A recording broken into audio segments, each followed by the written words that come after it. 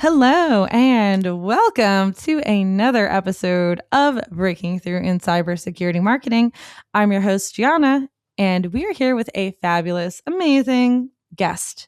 We have the magnificent, the renowned, the Steve Piper, CEO of CyberEdge Group, a company that provides lead generation, content syndication, and demand gen services to security companies, and also owns Security Buzz, which is a media and news site for the cybersecurity industry. Steve, we're so excited to have you here today. I'm excited. And I think in the 32 years I've been in the tech industry, this is like the coolest intro I've ever had. So thank you very much for that. I got to sprinkle on some adjectives. I mean, what is it if we can't have a guest and like drown them with like compliments? Well, thank you.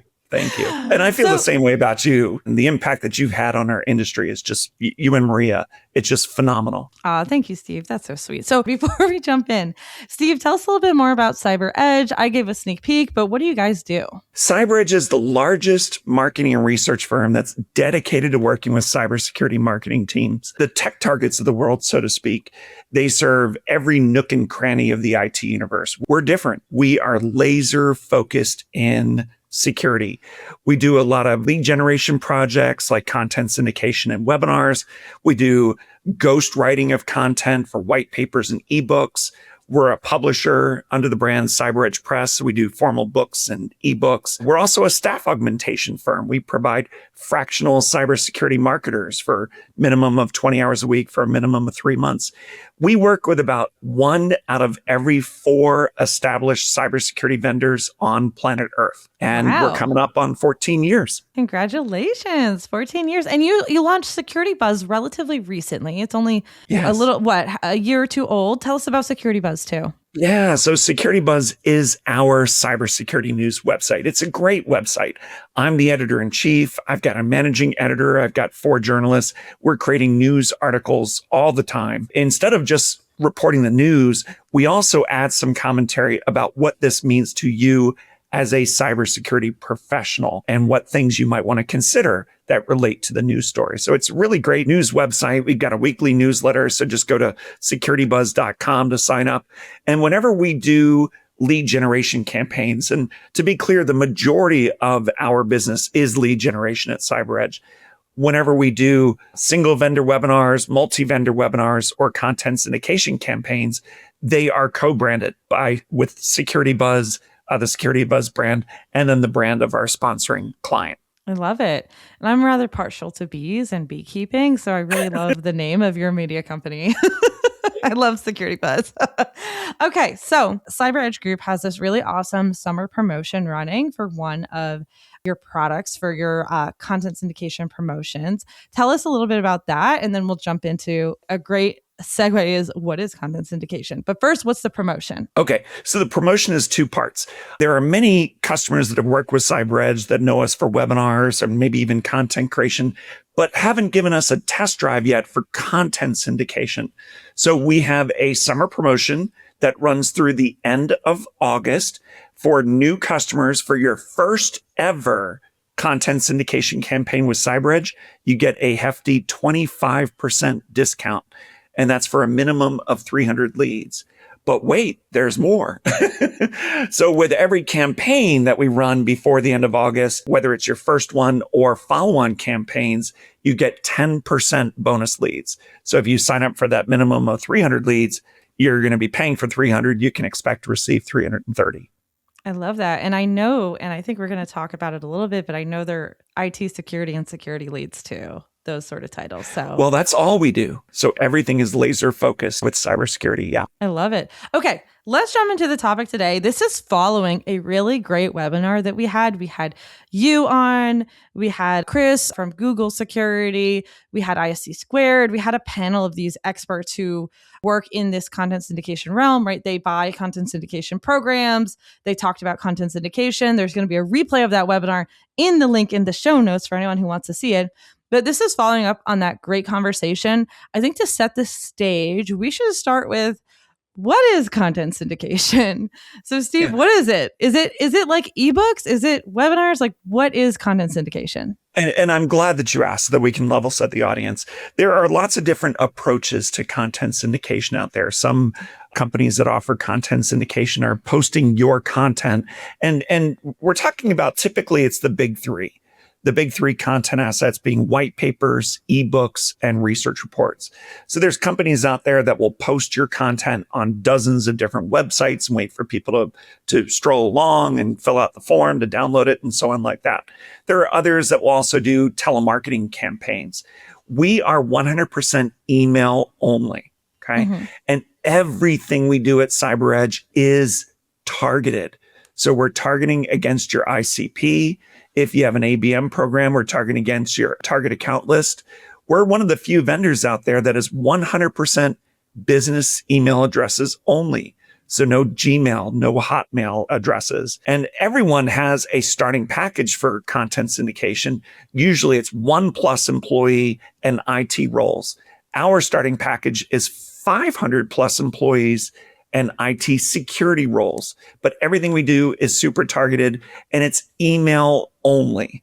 Mm-hmm. And we have single touch and 3 different multi-touch options. So would you say that content syndication is basically digital assets? So it's like the printed form, words on a PDF, people download it? As a strong rule of thumb, yes, they're PDFs. Webinar replays can also be useful for content syndication. There's a litmus test to decide whether your content is worthy of a third-party content syndication program. If it lives on your website and it's gated, okay, if it's worthy enough of putting a registration form behind it, then it's likely a good candidate for content syndication.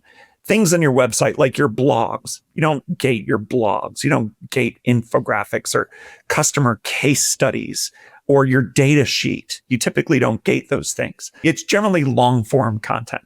It's interesting because when I started in this industry, a lot of people did gate those things. So you would gate an infographic, you would gate maybe not a blog, but you would gate a case study, et cetera.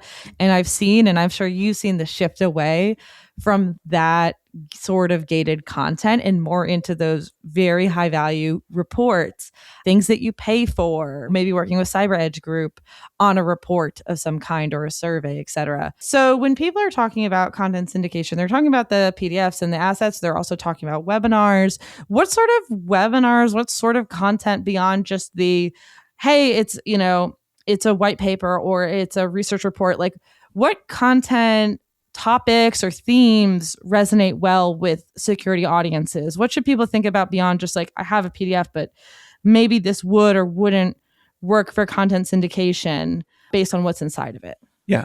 So it's a good question. So one tip I want to provide is for third-party content syndication, always use company branded assets. Don't use my company's annual report. Every year we have our annual cyber threat defense report. We have silver, gold, and platinum sponsors, and they get to distribute the report. Don't use that for content syndication because ultimately, whether it's single touch or multi-touch, when the lead is qualified, it's going to go to an SDR, BDR. When the SDR, BDR calls them, we want them to remember your brand. So don't use Gartner and Forrester stuff. Use company branded stuff. Beyond that, it just kind of depends on what your goals are. If you're looking for thought leadership, top of funnel leads, if you're looking for more consideration level leads, select content that is more appropriate with that stage in the buying cycle. Now, in terms of the hotness, when you're working with third parties, it's not a YP. Okay, it's not your problem. It's in our eyes, it's an OP. It's our problem. Okay. So if your white paper wasn't catchy, didn't have a catchy title, maybe the topic just wasn't as super hot, all that means is your third party provider needs to work a little harder. So don't worry about that when working with third parties because you're going to get the leads that you sign up for. It's just that the more notable the brand, the hotter the topic, the more juicy the content asset, it'll just make it easier for your partner to complete the campaign and get leads to you sooner. Exactly. If CrowdStrike is like, hey, here's a Mythos report, right? We're still in the aftermath. And right now we're in June 2026 is when this is being recorded. That's very hot. The US government just blocked Fable 5 from being accessible on enterprise cloud accounts. Like, that would be a very hot topic that I assume would get a lot of downloads super quickly. But maybe something more niche or focused, or you're not as big of a brand, you have to wait a little bit or expect a little bit of a longer lead time for delivery for your campaigns. Yeah, I think that's well said. And that's interesting because I think a lot of the challenges, like, people talk about content syndication like it's a 4-letter word. They say, no, I would never do it. I've done it before and I had bad results. But oftentimes that is part of the fact that the expectations weren't set from the get-go. Let's talk about that a little. Like, what are the common misconceptions, or maybe not even misconceptions, but just because things weren't set up well, like people have a bad experience. What are those common challenges that people have with content syndication? We have had sales calls with cybersecurity marketers where they're interested in webinars. And we talk about how great our webinar program, lowest CPLs in the industry, 45% live attendance. Oh, and by the way, we also are very strong in content syndication. No. Let me stop you right there. No, we have a policy, no content syndication. We won't touch it. Okay. Now, this is rare, but it does happen. The majority of cybersecurity marketers get it because they have the proper expectations. You mentioned the webinar we did last April with our 3 panelists. One of the questions we asked the panelists and the audience as well, and we had just phenomenal turnout for this webinar. We asked, what are the top 3 ways that your marketing organization generates new leads? And Katie from Blue Voyant said content syndication is number 1, webinars is number 2. Chris from Google Cloud said webinars is number 1, content syndication is number 2. Christina from ISA2 said organic search for ISA2 is number 1, content syndication was number 2. Mm-hmm. From the large audience, it was very consistently in the top 3 across the board. So most people get it. But to answer your question, why do some think of it as a 4-letter word? It's a non-starter. It's because they've been burned. Okay. Mm-hmm. They've been burned in the past by providers that overpromise and underdeliver. And they overpromise in a few different ways. First, they're going to convince you, oh, our one-touch leads are different. Our database is filled with decision makers with whatever malarkey they're going to throw, and they're going to convince you. Oh, and our leads are very targeted. Okay. So then you get burned because you learn that, you know what? Single touch leads should never, ever be passed on to an SDR or BDR. And that was one of the themes of the webinars. And for the audience here today, if there's one thing, just one thing I want you to take away from this podcast, never route one-touch leads to an SDR or BDR. You're only going to disappoint them, and you're going to have to hear feedback from them. Also, some providers will say their leads are targeted, but they're IT people instead of IT security people in the specific job roles that are relevant. So that's why many vendors have gotten burned. Make sure that you work with a provider that is super strong in security and level sets expectations. Single touch are to be nurtured, double, triple touch bant leads. Those are potentially worthy of passing on to SDRs and BDRs. What is the difference, like, from a cost perspective when you're looking at single touch leads versus double touch or BANT qualified leads in general? So I do want everyone to go to our website, of course, CyberEdgeGroup.com. Don't forget the group, CyberEdgeGroup.com, and you can request our pricing guide. But just to give everyone a level set, we are less than half the cost of TechTarget. Among the major providers out there, we have the lowest CPLs. And we are global, by the way. That many providers, they're just focusing on the US market or US and Canada. That's not us. We are global. We can generate leads and have generated leads in more than 75 different countries. Everyone has a default package. Ours are IT security people, 500 plus employees, and US and Canada. And single touch leads start at 30. Double touch leads start at 40. So you're paying a third more for much warmer leads. Triple touch leads start at 50. And then what we call BANT leads to help you uncover the budget, authority, need, and timeline of your leads. The way we approach BANT is it's double touch with 2 qualification filter questions. First question is, do you have a budgeted project pertaining to fill in the blank, whether it's identity security or managed security services, or whatever it is. And then the second question is select the option that best describes your role in the buying cycle. So every BANT lead is double touch, so it's going to be warm, and they claim to have a budgeted project. They claim to be part of that buying process. And our BANT leads start at 60. So 30 for single, starting at 30 for single touch, 40 for double touch, 50 for triple touch, and 60 for BANT leads. Everyone who knows me knows like I'm a very thrifty person. So I got to say, those are good pricings, Steve. They're really good. I'm going to open up. I'm going to open up the Komodo just a little bit and give you some insight into CyberEdge. We've been around 14 years. We are a household name among product marketing and content marketing people. We've been doing survey reports and our definitive guides, which are much more cost effective than those crazy expensive For Dummies books and ebooks. We've been doing content and research for all 14. September will be 14 years. But we've been doing lead gen for about 5 years. We're not a household name.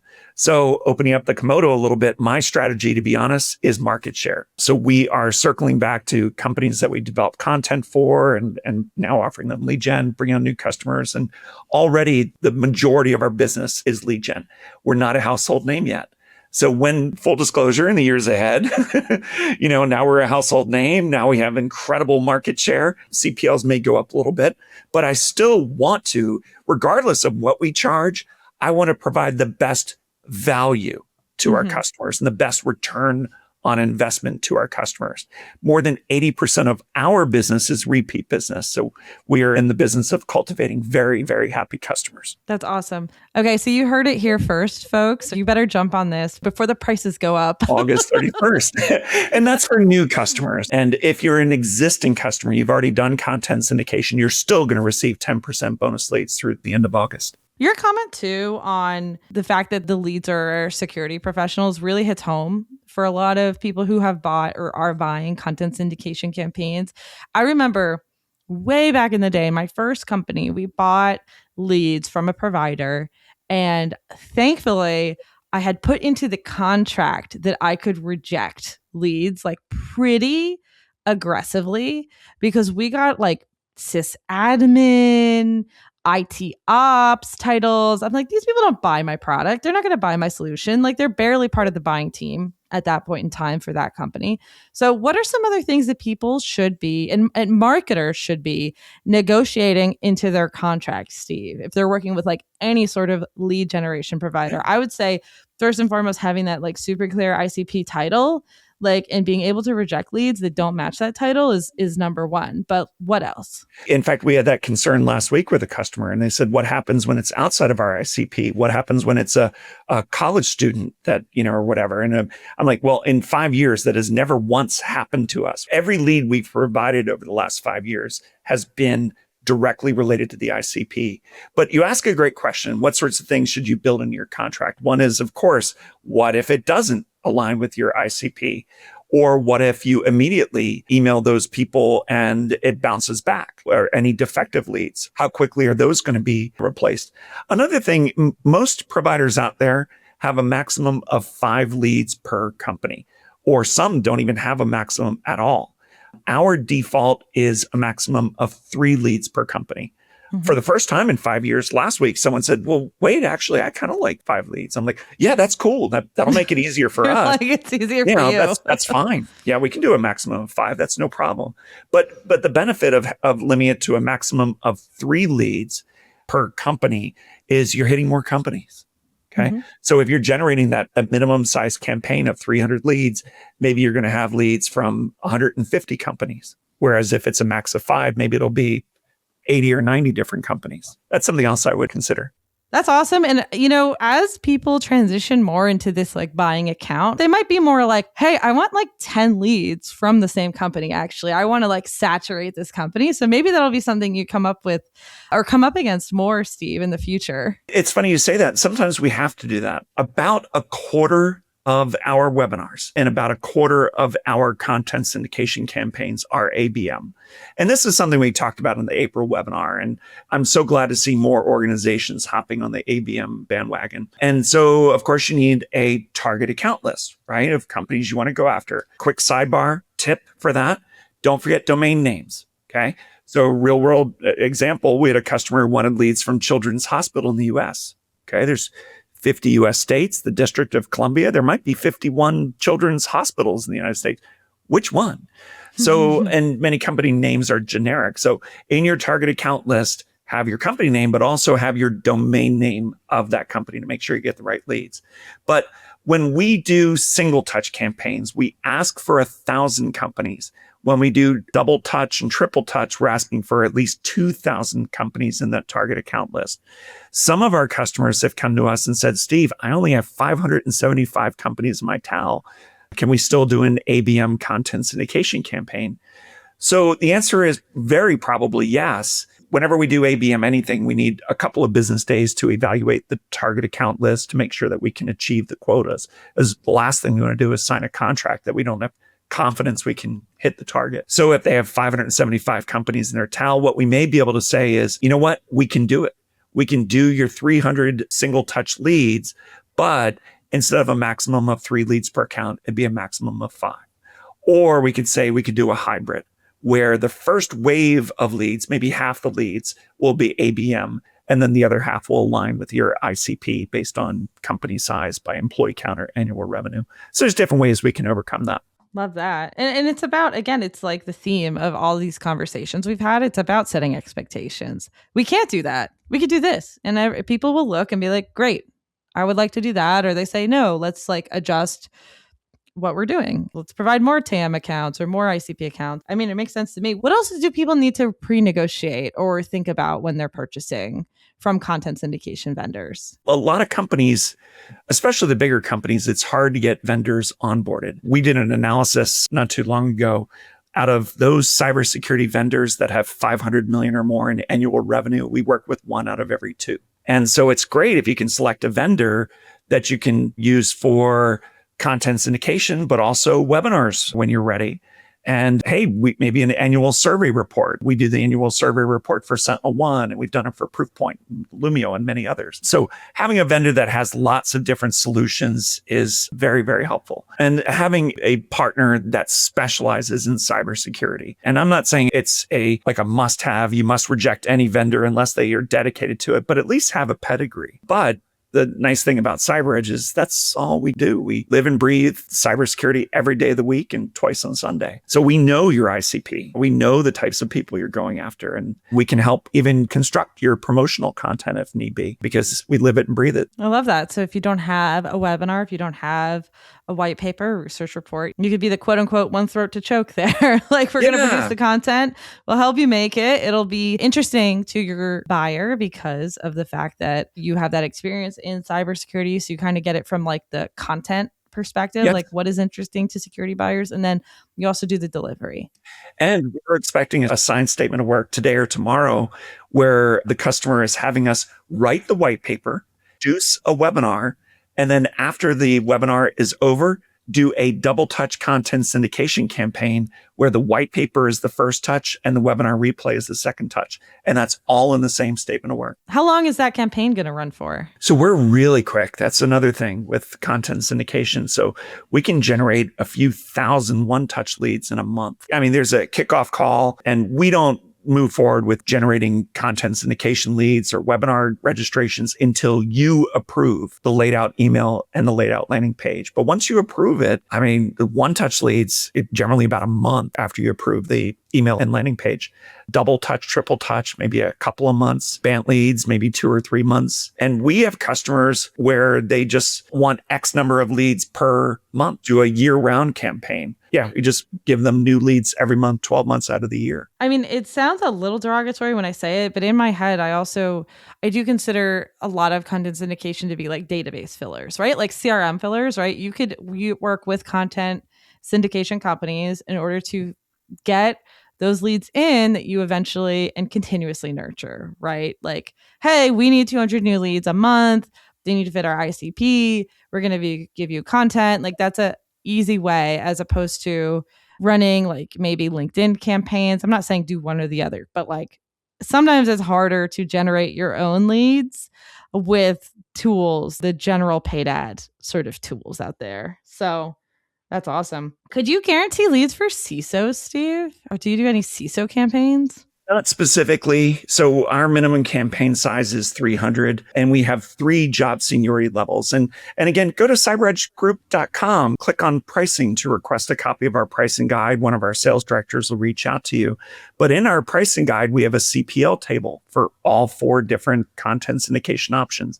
And you can decide between 3 levels of job seniority: individual contributor and higher, manager and higher, and director and higher. Even if you go individual contributor and higher, you're still going to get some amount of C-level leads, SVP, VP. It's a nice cross section.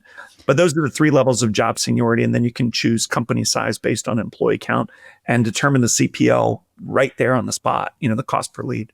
How are you determining company level or job level? Is it like matching with like LinkedIn's sort of job level It's just thing? our database. And the recruitment partners that we work with have databases, so we can filter based on job seniority levels. And at times, there are customers that only want leads from people that have DevSecOps, in their job title, or we can get more granular than that. But generally, it's IT security people, and then you choose between individual contributor and higher, manager and higher, and director and higher. We said CPL like a few times in this webinar, and I'm remiss because I did not define it. That's cost per lead. I think we didn't define it.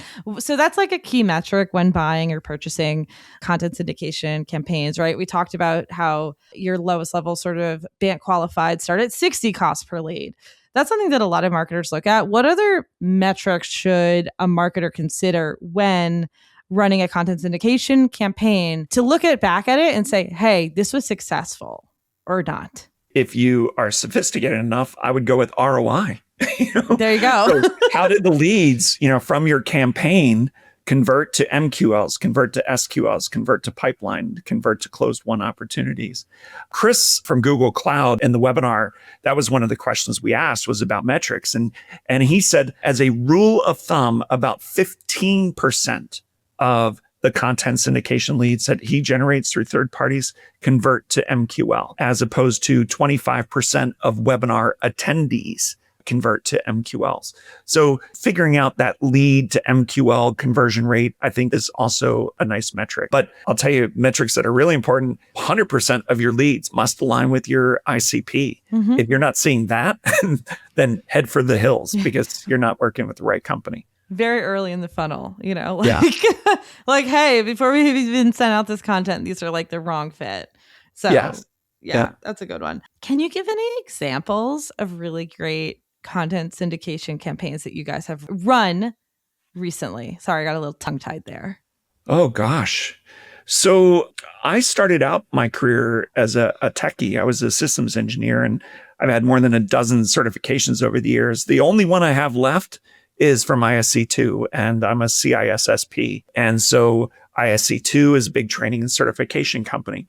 So they had us do a global campaign. We did it in North America, EMEA, APAC, and I think Latin America as well. And we did campaigns for individuals that wanted to just get training, but also for classes.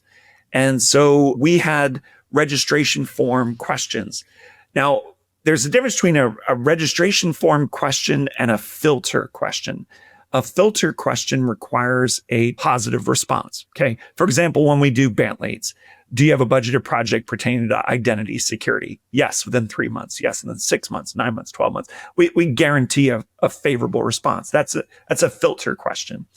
Or a registration form question is, are you interested in cybersecurity training? And we charge a little bit more for registration form questions. We charge a lot more for filter questions, because that really is the nature of things. And with registration form questions, you get all the responses. But by spending maybe $5 more by your CPL, you can already identify those one-touch leads, for example, where, yes, they are interested. Maybe you're going to put them through a different follow-on sequence than you would for the people who said no. Maybe the people that said no, you just continue to nurture, but maybe you do something special for the people that say yes. That's just one of many examples of things that we've done over the years. Exactly. Do you ever have like, hey, are you interested in us contacting you about our solution or product? Or does that not really come up? Yeah, Or we can absolutely do that as a registration form question. Most of our customers don't, but they could at an additional cost.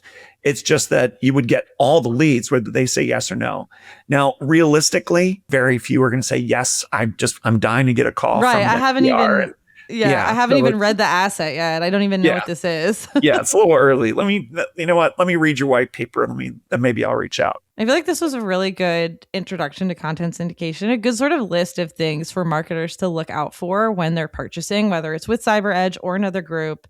I really enjoyed this conversation today, Steve. Any other last sort of tips, tricks, or things marketers should be aware of when they enter into a campaign so that they can guide that campaign to being more successful? Yeah, just some of the key takeaways, themes that we've talked about. Top of the list is never route one-touch leads to SDRs or BDRs, whatever you want to call them. Also, when you're doing ABM campaigns, make sure you have ample companies and the domain names to offer in your target account lists. Also, one of the reasons why we require a minimum of 300 leads is because we want to be given a fair shot for judgment as to the return on investment. There are providers out there that will sign contracts to do 100 leads or 50 leads or whatever. And it's such a small sample size.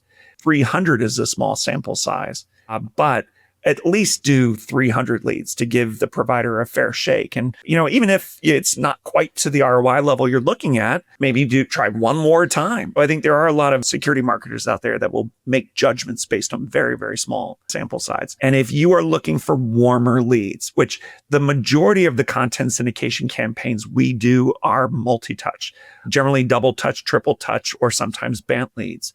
If you're looking for warmer leads, go that multi-touch route.